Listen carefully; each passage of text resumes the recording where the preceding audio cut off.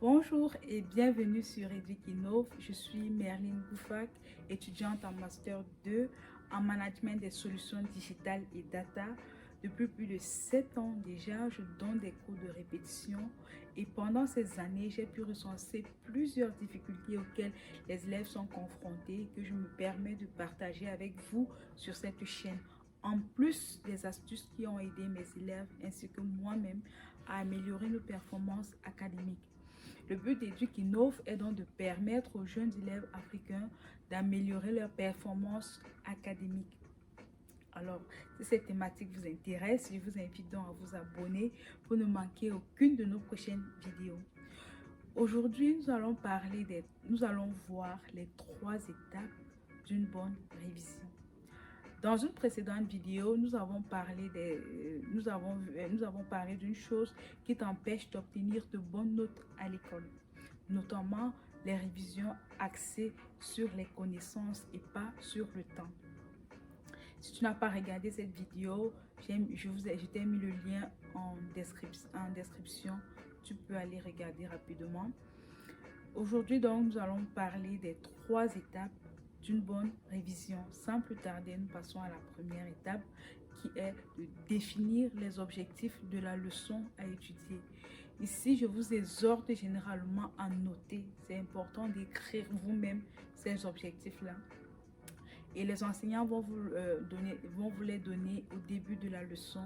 Ce sont souvent les phrases comme à la fin du cours, l'élève devra être capable de. Et ce qui suit là, ce sont les objectifs de la leçon. Donc, vous devez les noter. Après cette étape-là, vous devez travailler en vue d'atteindre ces objectifs. Ça passe généralement par la lecture. Vous allez lire le cours qui vous a été dispensé en traitant aussi des exercices d'entraînement. Et à ce stade, je recommande à mes élèves de commencer par les exercices ayant un faible niveau de difficulté et élever la difficulté au fur et à mesure. Ne commencez pas par les exercices difficiles par risque de vous buter et vous décourager très rapidement. Donc, commencez par des simples exercices et élevez la difficulté progressivement. Ceci étant, passez à la 3e étape, testez-vous. Ici, il est question de vérifier que vous avez réellement atteint les objectifs définis à la première étape et aussi d'évaluer vos connaissances par rapport au temps. Alors, concrètement, comment ça se fait? Vous allez prendre un exercice relatif à la leçon que vous êtes en train d'étudier et vous poser cette question. Si cet exercice venait à l'examen, quel temps lui serait alloué? Si c'est peut-être 30 minutes, alors vous allez marquer 30 minutes. Mais si vous ne parvenez pas à répondre à cette question, je vous recommande de vous rapprocher de vos enseignants. Ils pourront facilement vous aider là-dessus. Et donc, une fois que vous avez identifié le temps nécessaire pour traiter cet exercice, avant de commencer à le traiter, notez l'heure à laquelle vous débutez. Traitez votre exercice jusqu'à la fin, sans interruption. Et marquez également l'heure de fin.